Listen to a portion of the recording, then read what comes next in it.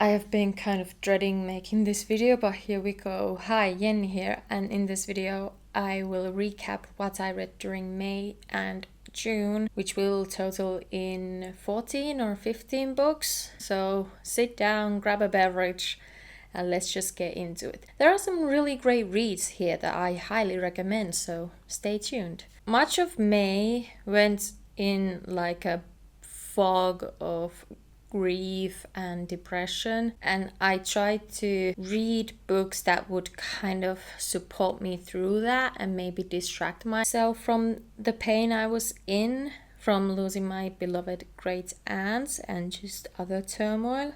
I also tried to read more like entertainment books to keep it lighthearted, but I quickly realized that that's not what I usually read. I read historical fiction and literary fiction, so quite quickly I realized that I just need to do what I love and enjoy the most. So let's start with May reads. The first one is Happy Land by Dolen Perkins Valdez. I actually saw this recommended in a booktube video. I think the name of the booktuber was Ari, and this was one of their favorite reads. She praised this a lot. So I read this while I was like in the worst of dealing with grief.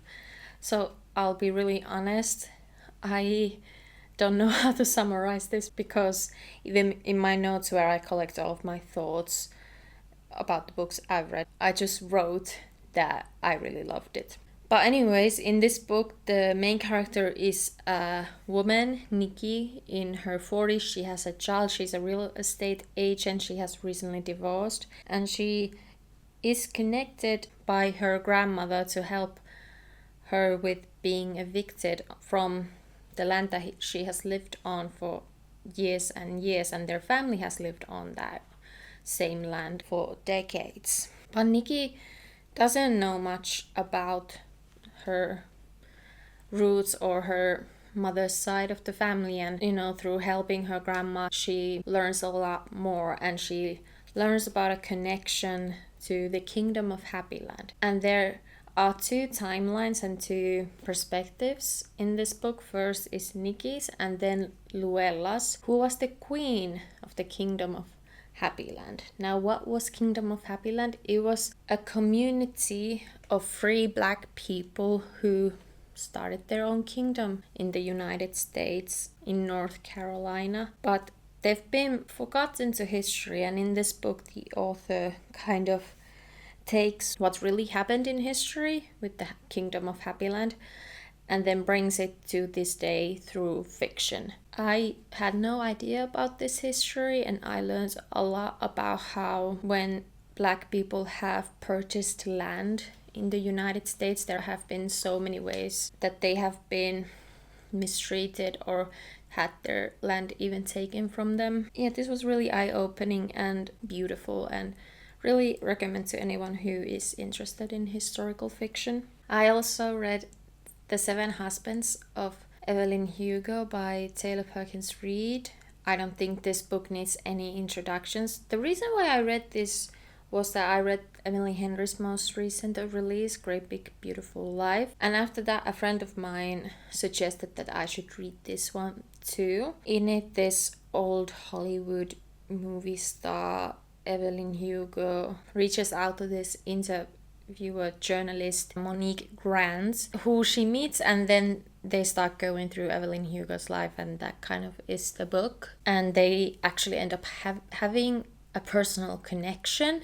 And it's also very clear that whatever tabloids had reported on Evelyn Hugo was not true at all, and there was a lot more happening in her life than she let on. I liked it fine. I thought it was quite entertaining. I still think when it comes to this kind of recalling a story of an old famous person, fictional of course, I still preferred Emily Henry's book, but I liked it fine.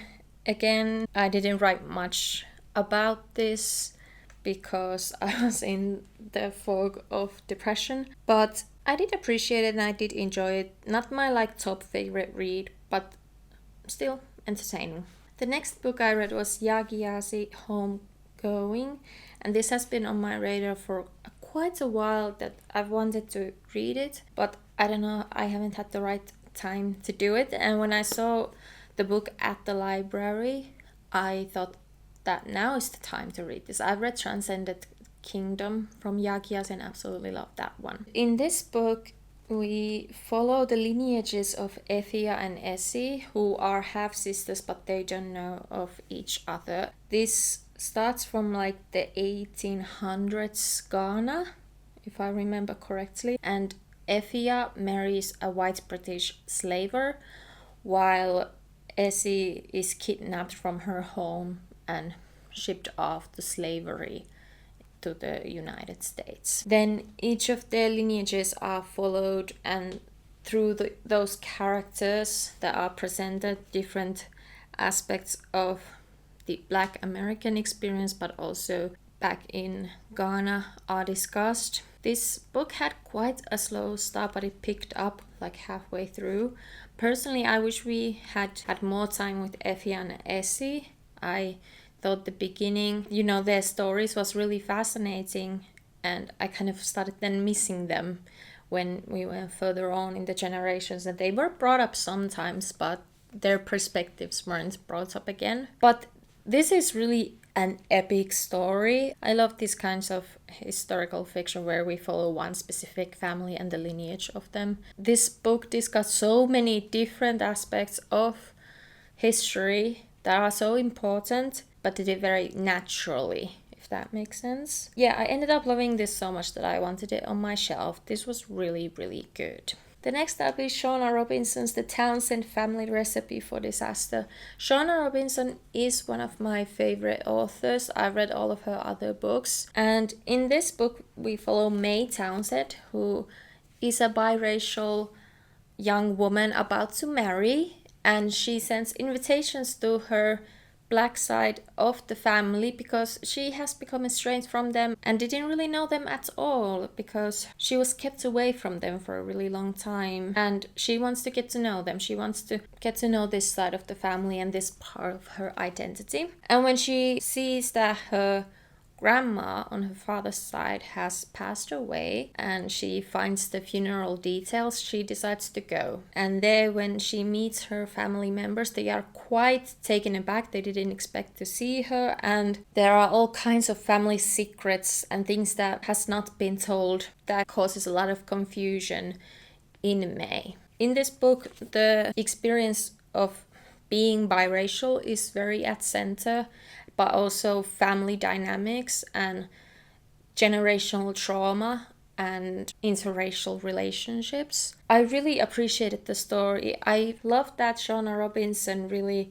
takes these societal issues and then makes a really sweet, wonderful story out of them. And what I mean by that is that Shauna Robinson kind of shows how these societal issues such as racism and family trauma impact people so deeply personally, but she always handles it with care and kindness towards the characters. And I really appreciated this story. I loved May's character growth in the book. She kind of realizes that when her white family members are being racist, she should call that out. She shouldn't just roll her eyes. She should stand up to herself and for others. I also loved, as you can tell by the name, how food is used as a way to connect with the whole family, and how eating together is such an important part of their family dynamic. I absolutely love this book. I have loved all of Shauna Robinson's books. So yeah, this book really helped me throughout this season of grief. Now, a major one. At the end of May, I read Here Where We Live Is Our Country, the story of the Jewish wound by Molly Crab Apple.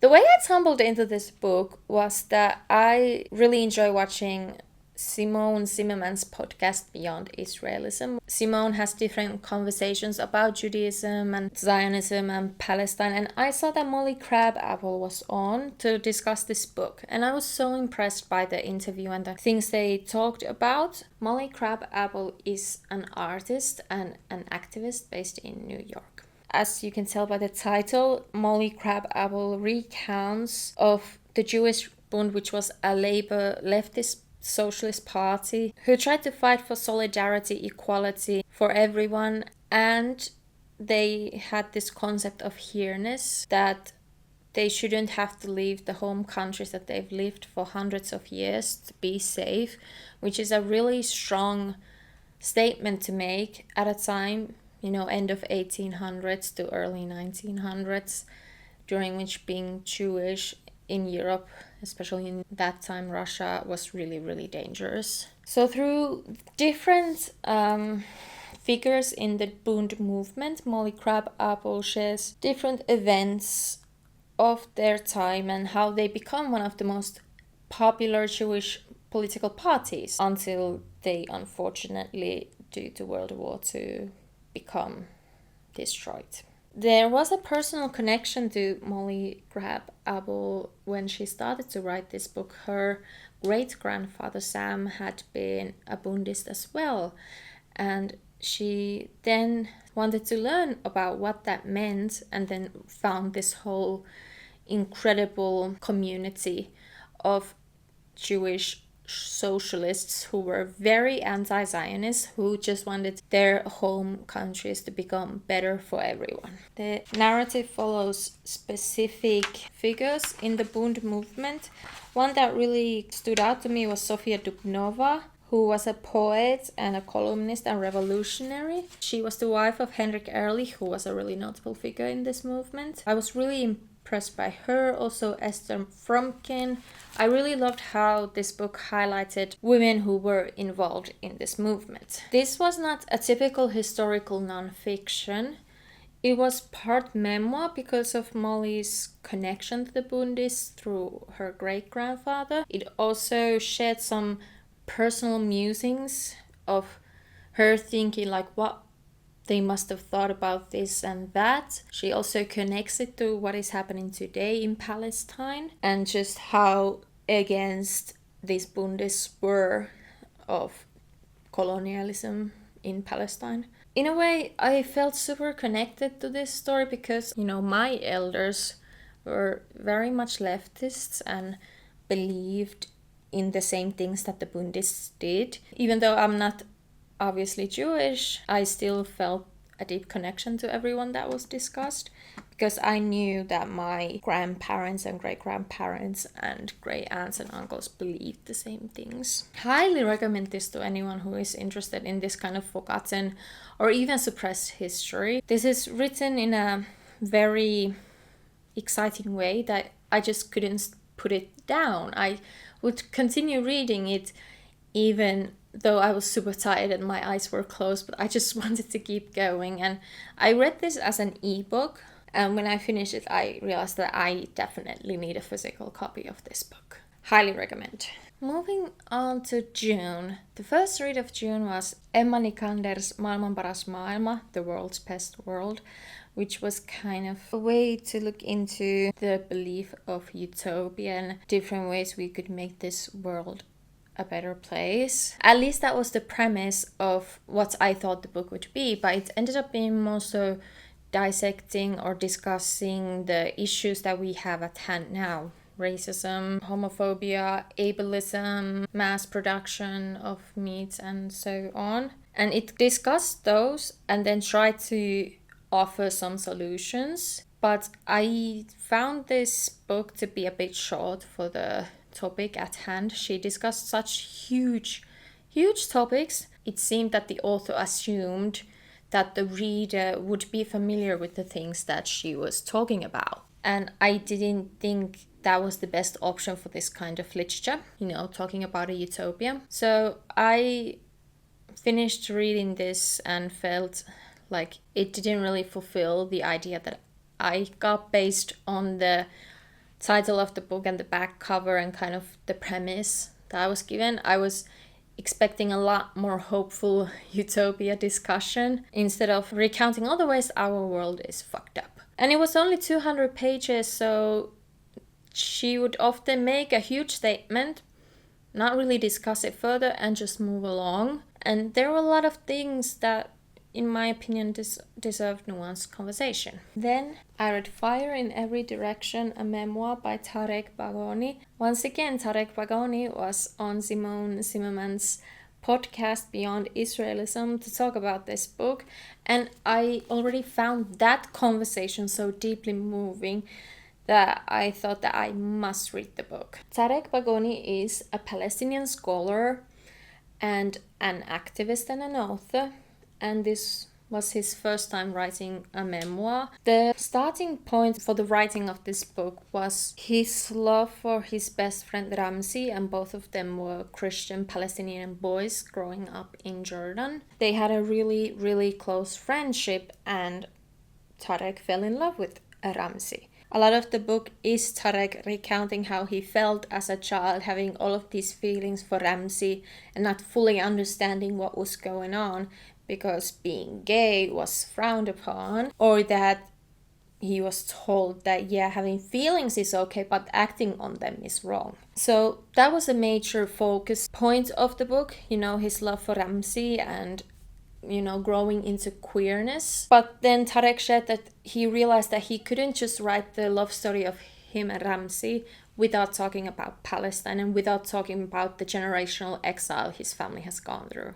So he shares the story of his grandmother, who was forced to leave Palestine in 1948 and was relocated into Lebanon, and how their family was treated better in Lebanon because they were Christian Palestinians compared to Muslim Palestinians who also became refugees. Then his mother becomes a student activist for Palestine, and ultimately they have to relocate once again, escape from Lebanon due to civil war to Jordan, where Tarek is born. This book also discusses, how Tarek came to realize kind of the political aspect of being Palestinian when he moved to the UK to study. It also goes into Tarek's internalized homophobia and racism, and how he felt so claustrophobic in Jordan for not being able to be fully himself, but then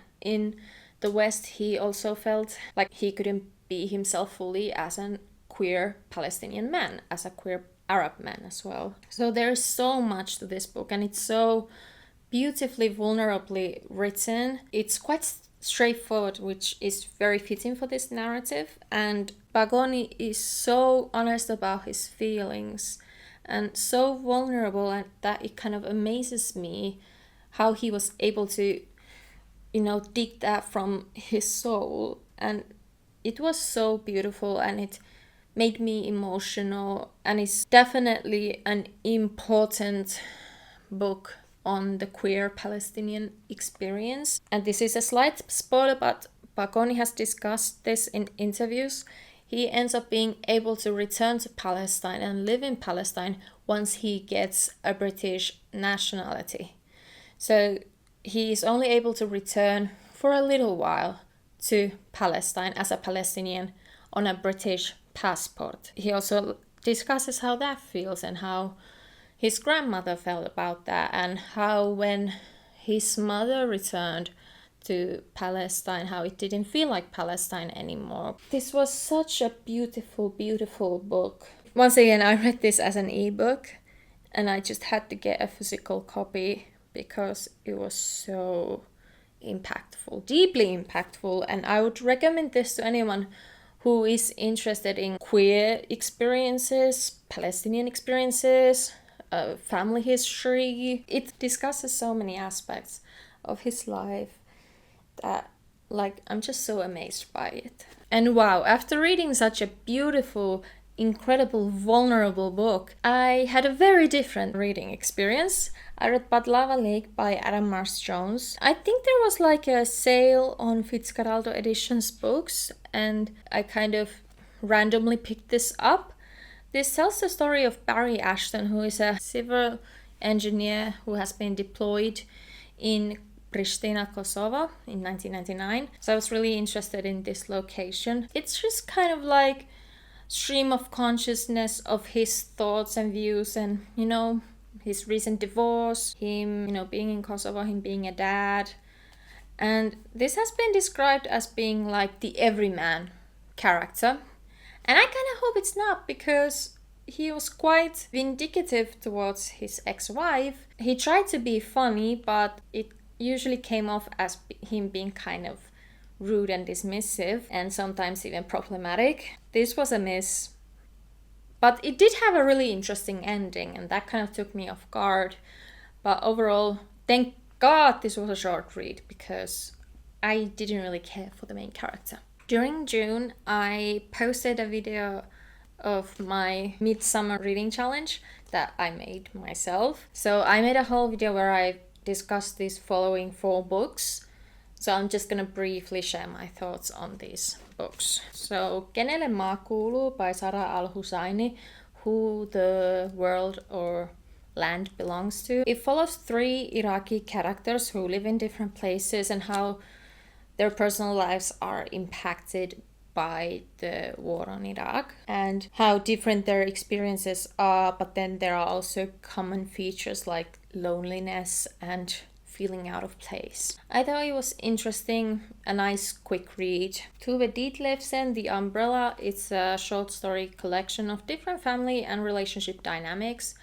Everyone's kind of feeling out of place and maybe a little depressed. It was a quick, interesting read. Muumin, Pappa ja Meri, Muumin, Papa and the Sea by Tove Jansson. I have been reading Moomin books as an adult recently, and I also have a Tove Jansson reading challenge going on. And Moomin books always have a wonderful atmosphere that really fits midsummer, so that's why I read this. The Moomin Papa wants to go and live on this island with a lighthouse, and the Moomin family goes and lives there, and they kind of try to get used to this new reality and this new place, and Moomin Papa is so excited about being near the sea, and it was a really wonderful, sweet story. While there are some obstacles they go through, they still really enjoy their new life at the sea. Then I Love the German by Aho Tamsaare. Aho Tamsaare is an Estonian author, and this takes place after the First World War. Right after Estonia has become independent, the main character is a university student in Tallinn, Oscar, and he has fallen in love with a Baltic German young woman, Erika. If you didn't know, Germany occupied Estonia for a really long time, and then Germans who lived in Estonia were called Baltic German. And this is a very meditative, reflective story of Oscar and his place in society as an Estonian university student, compared to Erika, who, while the Baltic Germans do not have any kind of power anymore, there is still kind of this societal order when it comes to Baltic Germans who used to be nobility. Also, he tries to find work, there isn't, just trying to manage and get through life, but it feels really, really challenging. And he really loves Erika and vice versa, but her grandfather forbids them from being together. This took me by surprise by how vulnerable and honest and wonderful this was. I really loved this reading experience. I have forgotten to mention quite a few times that during this spring I've been reading 2 buddy reads, The Mill and the Floss by George Eliot and Mansfield Park by Jane Austen. I read this with Aure and this one with my fiancé Joel. We will film a whole video on Mansfield Park together, so I will talk more about that in that video. But I will say that this was not my favorite Jane Austen. It was quite slow in the beginning. It follows Fanny Price, who, due to her family's low income status and poverty, she moves in with her wealthy uncle and aunt to have a better life.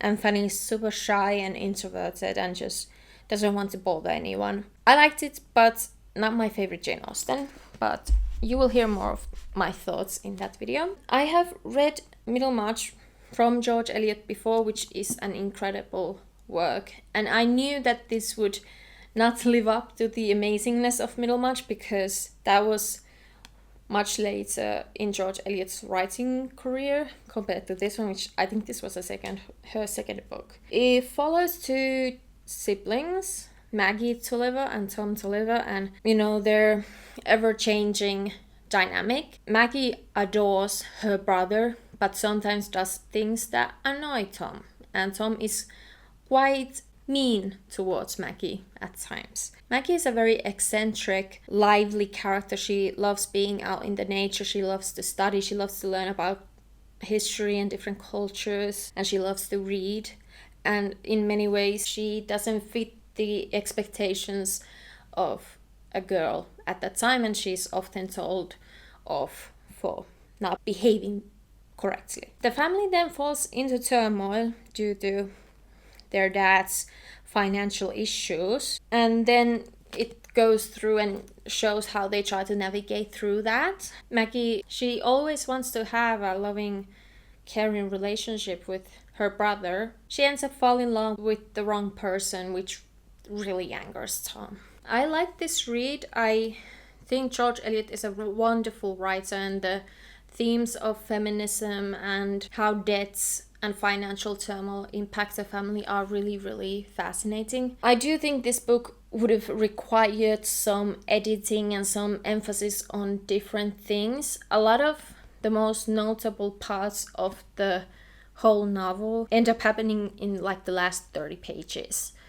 So some rearranging and refocusing would have been nice, but still I thought it was a really interesting read. And finally, the last book I read was Having Spent Life Seeking by Kay Tempest. This was Dua Lipa's Service 95 Book Club choice for the month of June, and I thought it seemed really interesting and fascinating, so I decided to read it. I read it as an ebook. So the main character, Rothko, has been imprisoned for 15 years and returns. Everything has become so different during the time that they've been gone. It takes Rothko time to get used to the new life that they now have after incarceration. So the first part focuses on Rothko's return from being imprisoned. Then the middle part is about Rothko's youth and about their struggle with identity. They don't feel like a girl specifically. And Rothko also came from a very fractured home.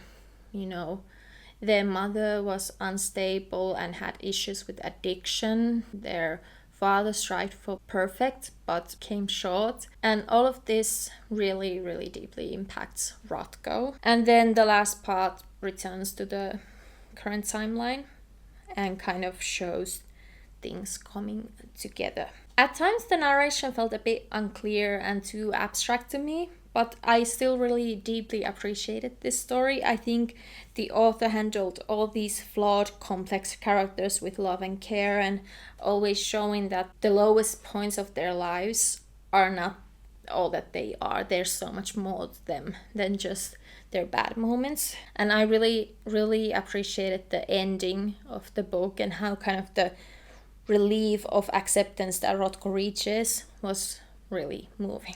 So out of all of these, I think my biggest recommendation, everyone should read this, goes to Tarek Bagoni's Fire in Every Direction. But I think overall I had 2 really great reading months. Alright, if you truly really watched this all the way through, I'm so thankful, and I hope you enjoyed this video. See you in the next one. Bye!